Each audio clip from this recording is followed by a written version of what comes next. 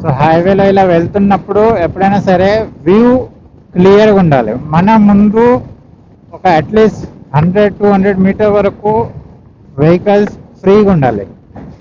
అలా చూసుకొని వెళ్ళాలన్నమాట. ఇప్పుడు నా ముందు ఒక కార్ ఉంది, అది రైట్ సైడ్ ఆఫ్ ద లేన్కి వెళ్తుంది. సో నేనేం చేస్తా, నేను లెఫ్ట్ సైడ్లో ఉంటా, మిడిల్ ఆఫ్ ద రోడ్లో. సో నాకు క్లియర్గా ఉంటుంది వ్యూ ఒకటి. ఇప్పుడు నా రెండు సైడ్లో ఒక్కొక్క కార్ వెళ్తుంది, లెఫ్ట్ సైడ్లో ఒకటి, రైట్ సైడ్లో ఒకటి. సో అందుకని నేను మిడిల్లో ఉన్నాను అనమాట. అండ్ అబ్జర్వ్ చేస్తూ ఉండాలి, మిర్రర్స్ కూడా చెక్ చేస్తూ ఉండాలి, వెనకాల నుంచి ఏమైనా వెహికల్స్ వస్తున్నాయా లేవా అని. ఇప్పుడు నాకు లెఫ్ట్ సైడ్లో క్లియర్ వ్యూ ఉంది. సో నేను లెఫ్ట్ సైడ్ నుంచి ఓవర్టేక్ చేసుకొని వెళ్ళిపోతాను అనమాట. ఇప్పుడు ఈ బస్సు లెఫ్ట్కి వచ్చింది. సో నేనేం చేస్తా, మిర్రర్లో చెక్ చేసుకుంటా, సిగ్నల్ ఇచ్చేస్తా, దెన్ రైట్ సైడ్ నుంచి ఓవర్టేక్ చేస్తా.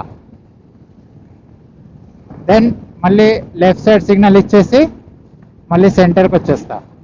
సో దాట్ నా వ్యూ క్లియర్గా ఉంది దూరం వరకు.